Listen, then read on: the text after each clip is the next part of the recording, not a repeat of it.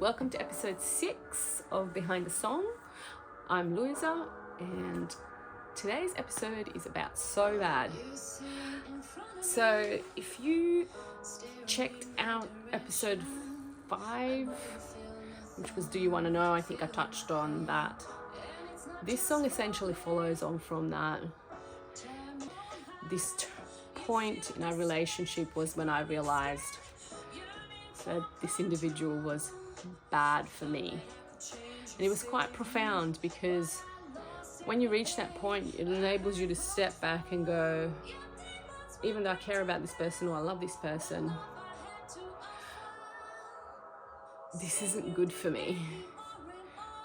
And you can then start to really disconnect and begin to move on. I think for me, I'm such a fighter when it comes to relationship, in that I'll fight for a relationship for a period of time, and I'll say things that need to change, and then at one point it's cut off and I'm disconnected, and usually the other person's surprised and it's like, hang on a minute, I've been saying the same shit for 2 years straight or 3 years straight or however long it's been straight.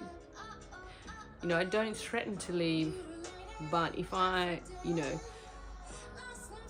say things like, you're chipping away, I'm serious, and I expect changes, and I usually outline what changes I want. But when you realize that, and I feel like I could almost write a whole other song about this, that disconnection just happens for me. It's like we go from I love you, I can't think to live my life without you, to I don't care about your existence. And it seems like it's overnight, but it's not really overnight. It just feels like that. But essentially this song is that point of realization. So this line, for you I abandoned my salvation just to see you once again. Because essentially I got to the point where I'm like, okay, I'm saving myself. And because this relationship was so toxic and in and out, I walked away from salvation to go back again. And then I got there and I was like, you cannot do this anymore because you're so bad for me. And it was at that point, I just essentially mic drop or pens down or whatever you want, and just walked away. I think with this song, a lot of people find some of the words quite confronting. I use lines like mutilated, left for dead. But those who know me know that the relationship I was in was very toxic. It was volatile. It was, at times physically violent. So it was really, really bad. So walking away from it was the best thing I ever did. But I think at the time, sometimes when you're in that, especially if you're a stubborn fighter like me, who's like, I don't want to give up, I don't want to give up, I don't want to give up, I don't want to give up. And then, you start having conversations around, well, doing the same thing, expecting a different result is a definition of insanity. And you think, okay, how hard can I fight for something if the other person isn't fighting for the same thing? And lines like you're yearning for control, you realize that really the person doesn't love you. What they love is control of you. And you then slowly starts to dawn on you that this is bad for you. Like this can't be healthy. And I don't know if a lot is ever being said about what it's like to be in that kind of toxic, abusive type relationship, because I've moved on enough to kind of not really think about it in detail, other than what this song has able to give me. Yeah, broken promises, I won't do it again.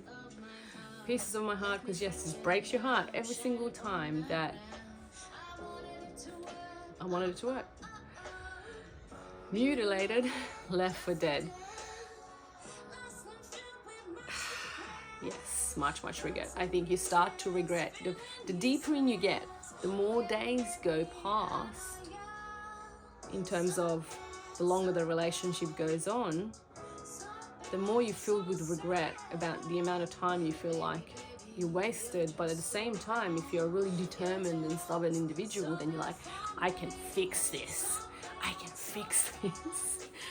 And then you think, wait, no, I can't. And obviously, if your family is supportive around you, they will hold you and they will let you admit defeat without I told you so or all the other stuff. But if you don't have a supportive family, you know, people are just like, yeah, I told you, or, you know, I'm not going to be your friend anymore as long as you're with that person, which is not really helpful because, you know, it's not like you want a bad relationship for yourself. But all of those things happen, right? So when Isaac and I were recording this in the studio, I love the sound of a good bass or just electric guitar and in soul R&B music. I think it's really cool. I don't know if anyone's seen the movie Be Cool, when Christina Milian's singing with Aerosmith, and the combination of her voice, it's just, you can hear